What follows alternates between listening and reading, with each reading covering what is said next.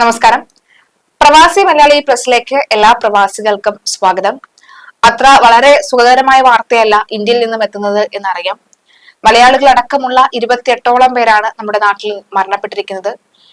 ക്രൂരമായ വെടിയേറ്റാണ് മരിച്ചിരിക്കുന്നത്. വിവാഹം കഴിഞ്ഞ 6 ദിവസം മാത്രം കഴിഞ്ഞ ദമ്പതികളുടെ ഒക്കെ തന്നെ വേർപാട് ഇന്റർലോട് കൂടി അല്ലാതെ കേൾക്കാൻ സാധിക്കുകയില്ല. എന്തായാലും സൗദിയിലേക്ക് അടിയന്തര യോഗത്തിലേക്ക് അല്ലെങ്കിൽ സൗദിയിൽ ഉച്ചകോടിക്ക് പങ്കെടുക്കാനായി തിരിച്ചിരുന്ന നരേന്ദ്രമോദി അദ്ദേഹത്തിന്റെ യാത്ര പാതി വഴിയിൽ ഉപേക്ഷിച്ച് തിരികെ എത്തിയിട്ടുണ്ട്. അടിയന്തരമായി തന്നെ അദ്ദേഹം വിമാനത്താവളത്തിൽ വെച്ച് തന്നെ ടെർമിനലിൽ വെച്ച് തന്നെ ആദ്യ യോഗവും ചേർന്നിട്ടുണ്ട്. അത്ര സുഖകരമല്ല നമ്മുടെ നാട്ടിൽ നടക്കുന്ന കാര്യങ്ങൾ എന്ന് തന്നെ പറയാം. നിങ്ങളൊക്കെ തന്നെ പ്രവാസികളായി നിങ്ങളൊക്കെ തന്നെ അറിഞ്ഞിട്ടുണ്ടാകും. ഒരുപക്ഷെ മരണപ്പെട്ടവരിൽ ആരെങ്കിലും ഒക്കെ തന്നെ പ്രവാസികളായിട്ട് നിങ്ങളുടെയൊക്കെ തന്നെ ബന്ധുക്കളോ അറിയുന്ന ആൾക്കാരോ ഒക്കെ തന്നെ ആയിരിക്കാം. എന്തായാലും മരണപ്പെട്ടവരുടെയൊക്കെ ആദ്യമായി തന്നെ ആദരാഞ്ജലികൾ അർപ്പിച്ചുകൊണ്ട് നമ്മൾ തുടങ്ങുകയാണ്. കൂടുതൽ വാർത്തയിലേക്ക് നമുക്ക് കടക്കാം. ആദ്യത്തെ വാർത്ത ഇതുമായി ബന്ധപ്പെട്ടത് തന്നെയാണ്. പ്രധാനമന്ത്രി നരേന്ദ്രമോദി സൗദി സന്ദർശനം വെട്ടിച്ചുരുക്കി 4 കരാറുകളിൽ പക്ഷേ ഇരു രാജ്യങ്ങളും ഒപ്പുവെച്ചിട്ടുണ്ട്. ജമ്മു കാശ്മീരിലെ പഹൽഗാമിലുണ്ടായ ഭീകരാക്രമണത്തിന്റെ പശ്ചാത്തലത്തിലാണ് സൗദി സന്ദർശനം നരേന്ദ്രമോദി വെട്ടിച്ചുരുക്കിയത്. 4 പതിറ്റാണ്ടിനിപ്പുറം ഒരു ഇന്ത്യൻ പ്രധാനമന്ത്രി ജിദ്ദയിൽ എത്തുന്നു എന്നുള്ള സന്തോഷത്തിലായിരുന്നു പ്രവാസികൾ. ജിദ്ദയിലെത്തിയ നരേന്ദ്രമോദിക്ക് വൻ വരവേൽപ്പും പ്രവാസികളെല്ലാം കൂടി നൽകിയിരുന്നു. 2 ദിവസത്തെ സന്ദർശനത്തിനായാണ് ജിദ്ദയിലെത്തിയത്. പക്ഷേ പഹൽഗാമിലുണ്ടായ ഭീകരാക്രമണത്തെ തുടർന്ന് സന്ദർശനം വെട്ടിച്ചുരുക്കേണ്ടി വന്നു. ഇന്ന് ജിദ്ദയിലെ ഈന്തപ്പഴ ഫാക്ടറിയിലെ തൊഴിലാളികളെ സന്ദർശിക്കാൻ അദ്ദേഹം വിചാരിച്ചിരുന്നു. അതുപോലെ തന്നെ ഇന്ന് നിരവധി ഒരുപാട് പദ്ധതികൾ ഇട്ടിരുന്നു. പക്ഷെ അതെല്ലാം ബാക്കിയാക്കി മോദി പെട്ടെന്ന് തന്നെ മടങ്ങേണ്ടി വന്നു. ഏതാനും മണിക്കൂറുകൾ മാത്രമാണ് ജിദ്ദയിൽ ചെലവഴിക്കാൻ മോദിക്ക് സാധിച്ചത്.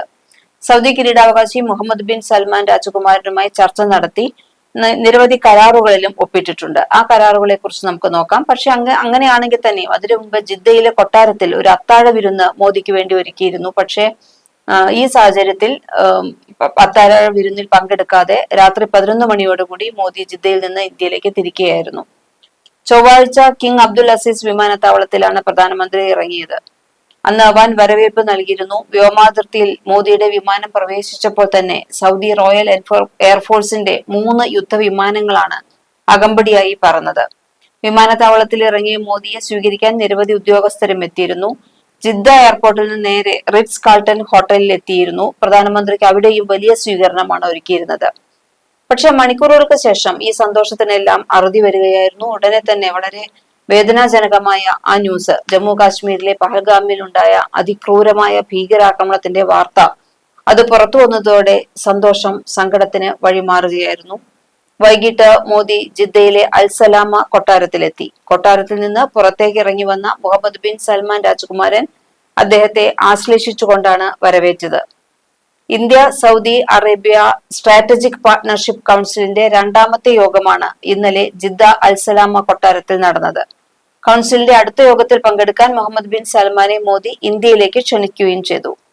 രാഷ്ട്രീയം, പ്രതിരോധം, സുരക്ഷ, വ്യാപാരം, നിക്ഷേപം, ഊർജം, സാങ്കേതിക വിദ്യ, കൃഷി, സംസ്കാരം, ജനങ്ങൾ തമ്മിലുള്ള ബന്ധം തുടങ്ങി വിവിധ മേഖലകളിൽ ഇരു രാജ്യങ്ങളും കരാറുകൾ ഒപ്പുവെച്ചിട്ടുണ്ട്. തന്ത്രപ്രധാനമായ 4 കരാറുകളിലാണ് ഇരു രാജ്യങ്ങളും ഒപ്പുവെച്ചത്.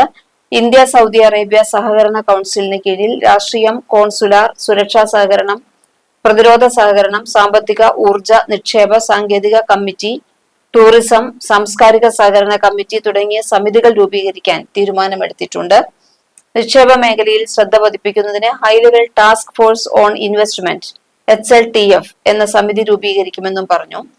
ഇന്ത്യയിൽ 2 എണ്ണ ശുദ്ധീകരണശാലകൾ സൗദി അറേബ്യ നിർമ്മിക്കുന്നതിന് സഹകരിക്കാൻ 2 രാജ്യങ്ങളും തീരുമാനമെടുത്തിട്ടുണ്ട്. സൗദി ബഹിരാകാശ ഏജൻസിയും ഇന്ത്യൻ ബഹിരാകാശ വകുപ്പും തമ്മിൽ സമാധാന ആവശ്യങ്ങൾക്കായുള്ള ബഹിരാകാശ പ്രവർത്തനങ്ങളിൽ സഹകരിക്കുന്നതിനുള്ള കരാറും ഒപ്പുവെച്ചിട്ടുണ്ട്. പിന്നെ ആരോഗ്യ മന്ത്രാലയങ്ങൾ തമ്മിൽ സഹകരണ കരാർ ഒപ്പുവെച്ചു. Saudi Arabian anti doping committee SIADC അതും ഇന്ത്യയുടെ നാഷണൽ ആന്റി ഡോപ്പിംഗ് ഏജൻസി NDAയും തമ്മിൽ ആന്റി ഡോപ്പിംഗ് വിദ്യാഭ്യാസവും പ്രതിരോധവും സംബന്ധിച്ച് സഹകരണത്തിലുള്ള ധാരണാപത്രം ഒപ്പിട്ടു. സൗദി പോസ്റ്റ് കോർപ്പറേഷനും ഇന്ത്യൻ തപാൽ വകുപ്പും തമ്മിൽ സഹകരണ കരാർ ഒപ്പിട്ടു. ഇങ്ങനെ ധാരാളം കരാറുകളിലെല്ലാം ഒപ്പിട്ടതിനു ശേഷമാണ്, പക്ഷെ വിരുന്നുകൾക്കോ അല്ലെങ്കിൽ മറ്റ് വരവേൽപ്പിനോ ഒന്നും തന്നെ നിൽക്കുന്നതിനുള്ള സമയം ഉണ്ടായില്ല. കിട്ടിയ ചെന്ന ഉടനെ തന്നെ വളരെ ഊഷ്മളമായ വരവേൽപ്പ് നൽകിയിരുന്നു. പക്ഷെ പിന്നീട് ഇത്തരമൊരു ദുഃഖവാർത്ത വന്നതോടുകൂടി എത്രയും പെട്ടെന്ന് തന്നെ അദ്ദേഹം ഇന്ത്യയിലേക്ക് തന്നെ തിരിച്ചു പോരുകയായിരുന്നു. മണിക്കൂറുകൾ മാത്രമേ സൗദിയിൽ നിൽക്കാൻ മോദിക്ക് സാധിച്ചുള്ളൂ. ആ മണിക്കൂറുകൾക്കുള്ളിലാണ് ഇന്ത്യ സൗദി കരാറുകളിൽ ഒപ്പുവെച്ചത്. മാത്രമല്ല പഹൽഗാമിൽ ഉണ്ടായ ഈ ദുരിതത്തിൽ അനുശോചനം അർപ്പിക്കുകയും ചെയ്തിട്ടുണ്ട് സൗദി. വേണ്ടി വന്നാൽ എല്ലാ സഹായത്തിനും അടിയന്തര സഹായത്തിനും ഞങ്ങൾ ഉണ്ട് എന്ന ഉറപ്പ് കൂടി പ്രധാനമന്ത്രി നരേന്ദ്രമോദിക്ക് നൽകിയിരിക്കുകയാണ് എന്നുള്ളതാണ്. തീർച്ചയായും വളരെ വേദനാജനകമായ വാർത്ത തന്നെയാണ്. എല്ലാ രാജ്യങ്ങളും ഒരു ആപത്ത് വരുമ്പോൾ മറ്റു രാജ്യങ്ങൾ എങ്ങനെയാണ് കൂടെ നിൽക്കുന്നത് എന്ന് കൂടി കാണാൻ സാധിച്ചു. സൗദി മാത്രമല്ല അമേരിക്കയും ഇസ്രായേലും അടക്കമുള്ള റഷ്യ അടക്കമുള്ള പ്രധാന രാജ്യങ്ങളെല്ലാം തന്നെ ഇന്ത്യക്ക് വേണ്ട എല്ലാ പിന്തുണയും അംഗീകരിച്ചിട്ടുണ്ട്. എന്ത് വേണമെങ്കിലും ഞങ്ങൾ നിങ്ങളുടെ കൂടെ നിന്ന് ചെയ്യാം എന്നുള്ള ഒരു ലോക രാജ്യങ്ങളെല്ലാം ഇപ്പോ ഇന്ത്യക്കൊപ്പം തന്നെയാണ്. ഈവൻ ചൈന വരെ ഇനിയിപ്പോ പാകിസ്ഥാനൊപ്പം നിൽക്കില്ല എന്നുള്ള രീതിയിലാണ് കാര്യങ്ങൾ മുന്നോട്ട് പോകുന്നത്. തീർച്ചയായും മറ്റു വാർത്തകൾ കൂടി നോക്കേണ്ടതുണ്ട്. തൊഴിലുടമ മരിച്ചതോടുകൂടി പാസ്പോർട്ട് പോയി ഫോണില്ല, 42 വർഷത്തെ പ്രവാസ ജീവിതവും. ഗോപാലന് തുണയായി മാറിയത് പ്രവാസി ലീഗൽ സെല്ലാണ് എന്നുള്ളൊരു വാർത്ത പുറത്തു വരികയാണ്. 42 വർഷം നീണ്ട ബഹ്റൈൻ പ്രവാസ ജീവിതത്തിനൊടുവിൽ ഗോപാലൻ ചന്ദ്രൻ നാട് കാണാൻ പോവുകയാണ്, നാട്ടിലേക്ക് എത്തുകയാണ്. തിരുവനന്തപുരം പൗടിക്കോണം സ്വദേശിയായ ഗോപാലൻ 1983 ബഹ്റൈനിൽ എത്തുന്നത്. നിറയെ പ്രതീക്ഷകളും സ്വപ്നങ്ങളും ഒക്കെയായി എത്തിയ ഗോപാലന് പ്രവാസം കരുതി വെച്ചത് മറ്റൊരു ജീവിതമായിരുന്നു. കുടുംബത്തെ കാണാനോ അവരെ പറ്റിയുള്ള വിവരങ്ങൾ അറിയുവാനോ ആകാതെ നീണ്ട 4 പതിറ്റാണ്ടുകളായി കഴിഞ്ഞിരുന്ന ഗോപാലൻ തുണയായത് പ്രവാസി ലീഗ് സെല്ലാണ്. അതായത് അദ്ദേഹം അവിടെ അകപ്പെട്ടു പോവുകയായിരുന്നു എന്ന് പറയാം. അതായത് ഒരു 4 ചുമരുകൾക്കുള്ളിൽ അകപ്പെട്ടാൽ എങ്ങനെ അതുപോലെ അങ്ങ് അകപ്പെട്ടു പോവുകയായിരുന്നു പ്രവാസ ലോകത്ത്. അതായത് അതിന്റെ പ്രധാന കാരണം എന്ന് പറയുന്നത് പാസ്പോർട്ടും മറ്റു രേഖകളും ഒന്നും തന്നെ ഇല്ലാത്തതാണ്. വിസ നൽകിയിരുന്ന തൊഴിലുടമയുടെ പക്കലായിരുന്നു വിസ നൽകാൻ വേണ്ടിയിരുന്ന പാസ്പോർട്ടും അതുപോലെ തന്നെ മറ്റ് രേഖകളും. എന്നാൽ തൊഴിലുടമ മരണപ്പെട്ടതോടുകൂടി ആ രേഖകളെ പറ്റിയുള്ള യാതൊരു വിവരവും ഗോപാലിന് ലഭിച്ചിരുന്നില്ല. ഫോണോ മറ്റ് ആശയവിനിമയ ഉപാധികളോ ഉപയോഗിക്കാതിരുന്ന ഗോപാലന് നാട്ടിലുള്ളവരുമായി ബന്ധപ്പെടാൻ പോലും കഴിയാത്തൊരു അവസ്ഥയായിരുന്നു. ഇതോടെ ജീവിതം കൂടുതൽ ഇരുട്ടിലായി മാറുകയായിരുന്നു. ബഹ്റൈനിൽ പലയിടങ്ങളിലായി ജോലി ചെയ്ത് ജീവിതം തള്ളി നീക്കി. എന്നാൽ 2020 ഒരു പ്രശ്നത്തിന്റെ പേരിൽ ഗോപാലൻ പോലീസ് പിടിയിലാവുകയും ജയിലിൽ അടയ്ക്കപ്പെടുകയും ഒക്കെ തന്നെ ചെയ്തിരുന്നു. അതിനിടയിലാണ് നാട്ടിൽ അമ്മയും സഹോദരനും ജീവിച്ചിരിപ്പുണ്ട് എന്ന വിവരം അറിയുന്നത്. അതോടെ നാട്ടിൽ പോകണമെന്നും അമ്മയെ കാണണമെന്നുമുള്ള ആഗ്രഹമായി നാട്ടിലെത്തിക്കാൻ പലരും സഹായവുമായി മുന്നോട്ട് വന്നു. ഒടുവിൽ പ്രവാസി ലീഗൽ സെല്ലിന്റെ ഇടപെടലാണ് ഗോപാലിന് നാട്ടിൽ പോകാൻ വഴിയായി മാറിയിരിക്കുന്നത്. പ്രവാസി ലീഗൽ സെല്ലിന്റെ Bahrain president Sudheer Thirunellath, secretary doctor Rithin Raj, Anil Thankappan Nair എന്നിവരുടെ കഠിന പരിശ്രമം തന്നെയാണ് ഗോപാലനെ വീണ്ടും നാട്ടിലേക്ക് എത്തിക്കാനുള്ള വഴി തുറന്നിരിക്കുന്നത്. എല്ലാ നിയമക്കുരുക്കുകളും ഒക്കെ തന്നെ തടസ്സവും ഒക്കെ തന്നെ ഒഴിവാക്കിയിരിക്കുകയാണ്. യാത്രാ ചെലവുകളും മറ്റും ഇന്ത്യൻ എംബസിയാണ് വഹിക്കുന്നത്. അമ്മയ്ക്ക് 95 വയസ്സാണുള്ളത്. ഗോപാലന്റെ മനസ്സിൽ അമ്മയെയും സഹോദരനെയും കാണണമെന്ന ആഗ്രഹം മാത്രമായിരുന്നു ബാക്കിയുണ്ടായിരുന്നത്. വർഷങ്ങളോളം ബഹ്റൈനിൽ പ്രവാസിയായിരുന്നെങ്കിലും യാതൊരു സമ്പാദ്യവും തന്നെ അദ്ദേഹത്തിന് ഇല്ലായിരുന്നു എന്നാണ് പറയുന്നത്. ഒരു സമ്പാദ്യം 1 രൂപ പോലും ഇല്ലാതെ അദ്ദേഹം നാട്ടിലേക്ക് തിരികെ എത്തുകയാണ്. അപ്പോൾ 42 വർഷത്തോളമുള്ള പ്രവാസ ജീവിതത്തിന്റെ അനുഭവങ്ങളൊക്കെ മാത്രമേ അദ്ദേഹത്തിന് കയ്യിലുള്ളൂ. അതായത് ഒരു കുടുംബം അദ്ദേഹത്തിന് ഉണ്ടായിരുന്നില്ല. അദ്ദേഹത്തിന്റെ ആ ജീവിത ആയുസ് മുഴുവനും ഒരാളുടെ മരണം കാരണം ജയിലിലടയ്ക്കപ്പെട്ട പോലെ ആയിപ്പോയി എന്നുള്ളതാണ്. അക്ഷരാർത്ഥത്തിൽ ജയിലടയ്ക്ക പോലും ചെയ്തിരുന്നു അദ്ദേഹത്തെ കുറച്ചു നാള്. എന്തായാലും അദ്ദേഹത്തിന്റെ ഏറ്റവും അന്ത്യാഭിലാഷം എന്ന് വേണമെങ്കിൽ പറയാം. അമ്മയെയും സഹോദരനെയും കാണാൻ അദ്ദേഹം വീണ്ടും നാട്ടിലേക്ക് എത്തുകയാണ്. അദ്ദേഹത്തിന് വേണ്ടി എല്ലാവിധ സഹായവും നൽകിയ പ്രവാസി ലീഗൽ സെല്ലിന് എല്ലാവിധ ആശംസകളും ഒക്കെ നേരുകയാണ്.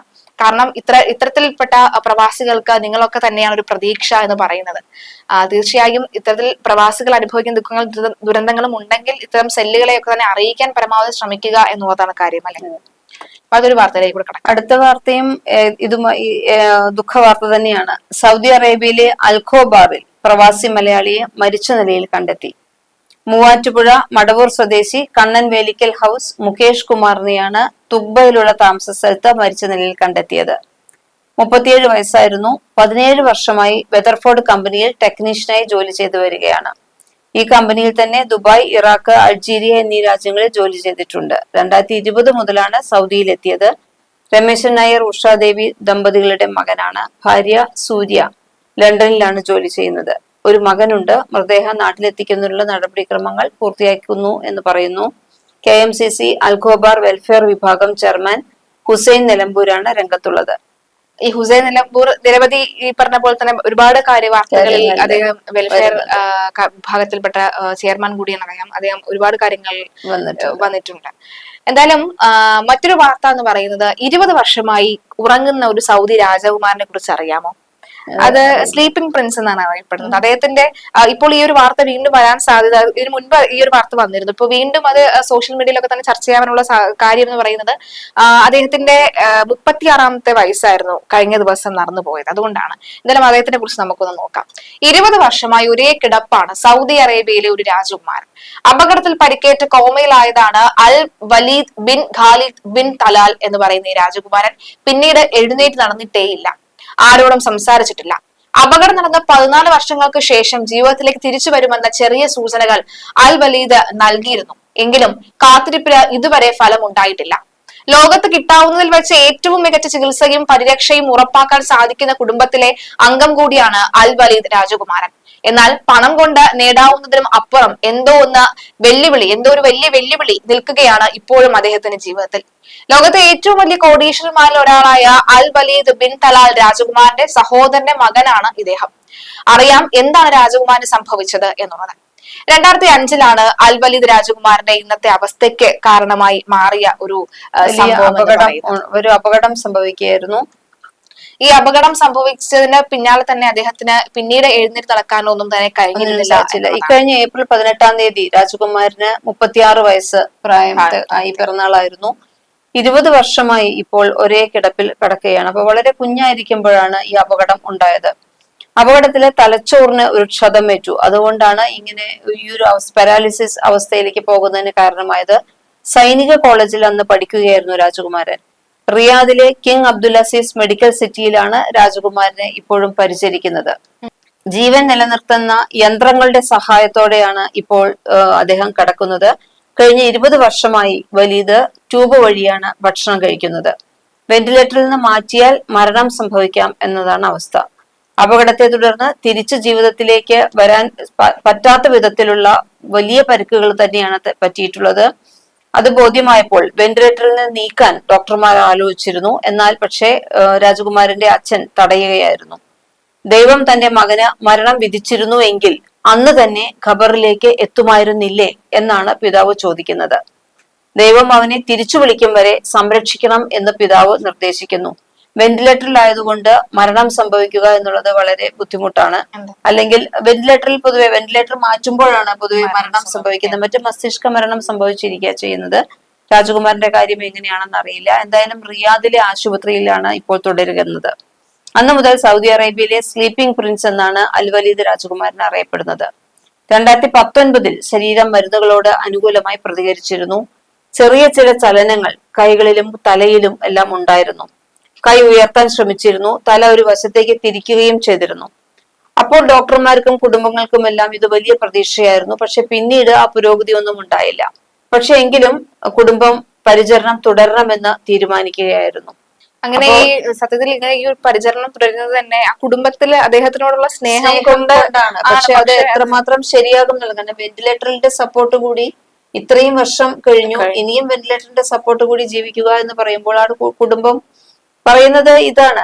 കാരണം പടച്ചവൻ വിശ്വസിച്ചിട്ടുണ്ടായിരുന്നെങ്കിൽ അന്ന് തന്നെ ഖബറിലേക്ക് പോകുമായിരുന്നില്ലേ? അപ്പോൾ വീണ്ടും എന്തെങ്കിലും ഒരു ജീവിതത്തിലേക്ക് തിരിച്ചു വരാൻ വേണ്ടിയാണോ ജീവൻ ബാക്കിയാക്കിയത് എന്നുള്ള ഒരു പ്രതീക്ഷയാണ് ആ കുടുംബത്തിനുള്ളത്. സംഭവം വന്നപ്പോൾ അനങ്ങിയപ്പോൾ അവര് വീണ്ടും വിചാരിച്ചു. അപകടത്തെ തുടർന്ന് ആശുപത്രിയിൽ എത്തിച്ചു.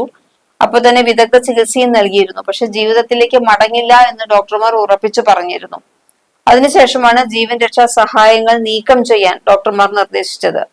പക്ഷെ പിതാവ് മറിച്ചൊരു നിലപാടെടുത്തതിനാൽ ഡോക്ടർമാർക്ക് ഒന്നും ചെയ്യാൻ പറ്റാതെ. കാരണം വെന്റിലേറ്ററിൽ നിന്ന് മാറ്റണമെങ്കിൽ ബന്ധുക്കള് കൺസൈൻമെന്റ് എഴുതി കൊടുക്കണം, ഇങ്ങനെ മാറ്റാൻ സമ്മതം എഴുതി കൊടുക്കണം. അതും അങ്ങനെ ചെയ്യാത്തതോടുകൂടി ഇപ്പോഴും ഡോക്ടർമാർക്കൊന്നും ചെയ്യാൻ കഴിയില്ല. അനങ്ങാതെ കിടക്കുകയാണ് അദ്ദേഹം. സൗദി അറേബ്യയിലെ ഏറ്റവും വലിയ ധനികരിൽ ഒരാളാണ് അൽ വലീദ് ബിൻ തലാൽ രാജകുമാരൻ. ലോകത്തിലെ സമ്പന്നരിൽ മുൻനിരയുള്ള വ്യക്തിയുമാണ്. ഫേസ്ബുക്കിലും ആപ്പിളിലുമെല്ലാം ലോകത്തെ പ്രധാന കമ്പനികളിലെല്ലാം ഓഹരി പങ്കാളിത്തമുള്ള രാജകുമാരൻ. ഇദ്ദേഹത്തിന്റെ സഹോദരന്റെ മകനാണ് സ്ലീപ്പിംഗ് പിൽസ് എന്നറിയപ്പെടുന്ന വലീദ് രാജകുമാരൻ. 2017 അൽ വലീദ് ബിൻ തലാൽ രാജകുമാരൻ ഉൾപ്പെടെയുള്ള പ്രമുഖരെല്ലാം സൗദി അറേബ്യയിലെ ഭരണകൂടം അറസ്റ്റ് ചെയ്തിരുന്നു. ഇത് വലിയ വാർത്തയായിരുന്നു. അന്ന് അഴിമതി നടത്തിയെന്നായിരുന്നു ആരോപണം. മാസങ്ങൾക്ക് ശേഷം പക്ഷേ അതെല്ലാം തെറ്റാണെന്ന് അറിഞ്ഞ് വിട്ടയച്ചിരുന്നു. അപ്പൊ കുടുംബം അങ്ങനെ ഒരുപാട് പ്രതിസന്ധികളിൽ കൂടെ പലപ്പോഴും കടന്നുപോയിട്ടുണ്ട്.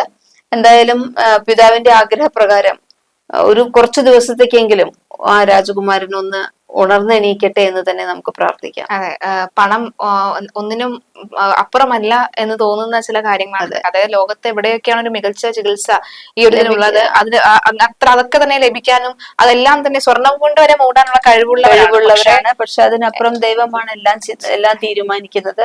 എങ്കിൽ പോലും ദൈവത്തിനോടൊന്ന് പ്രാർത്ഥിക്കുകയാണ്, കുറച്ചു ദിവസത്തേക്കെങ്കിലും. ഇത്രയും വർഷം ആ കുടുംബം കാത്തിരുന്നില്ലേ, അതുകൊണ്ട് അവർക്കൊരു ചെറിയ പ്രതീക്ഷ നൽകാനായി ഒന്ന് ആ രാജകുമാരൻ ഒന്ന് കണ്ണു തുറക്കട്ടെ എന്ന് തന്നെ നമുക്ക് ആഗ്രഹിക്കാം.